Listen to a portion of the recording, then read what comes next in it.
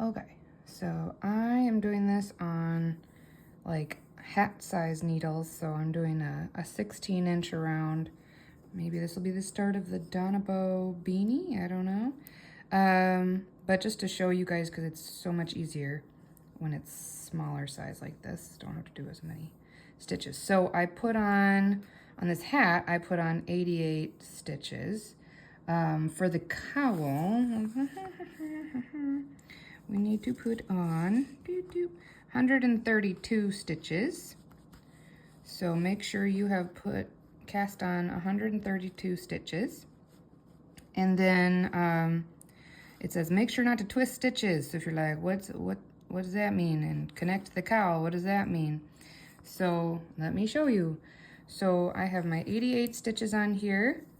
You want to make sure that on your circular needles that all of the bumps here at the bottom, don't know what that is, all the bumps are facing the same direction. So I always make sure that they're facing inward, because if one of them, for example, if it's like twisted out over here and then there's like a twist in there and then you try to join it, then you will forever have a twisty twist in there, and you don't want that. So just making sure that all around the whole thing that your bumps, as I call them, are facing like inward and that there's no weird twists. So I did 88, which is what it calls for. So you would have done 132, which is what it calls for. But to do the invisible join, you add on one extra, okay? So you'd have 132, or excuse me, 133 on your cowl here. And then what you're gonna do, they do it on different ways, but here we go. So I'm switching it over so that the first cast on stitches are over here on my left needle. And then again, I'm just checking to make sure that I didn't twist it at any point. Everything's looking good. All the bumps are in the inside. Okay, so the cast on is on the right needle.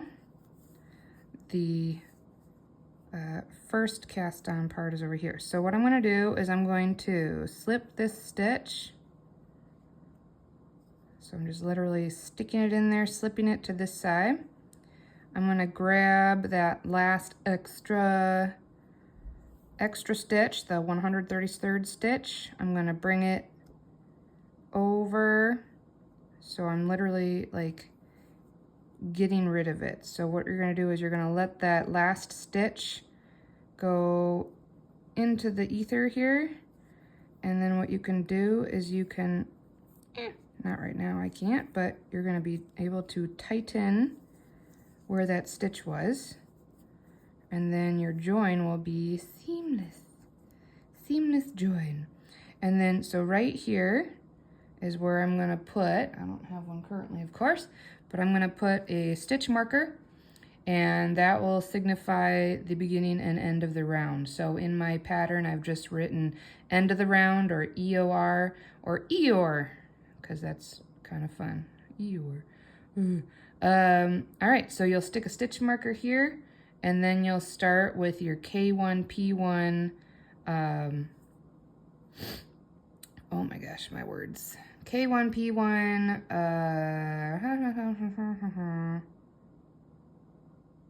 yeah, K1, P1.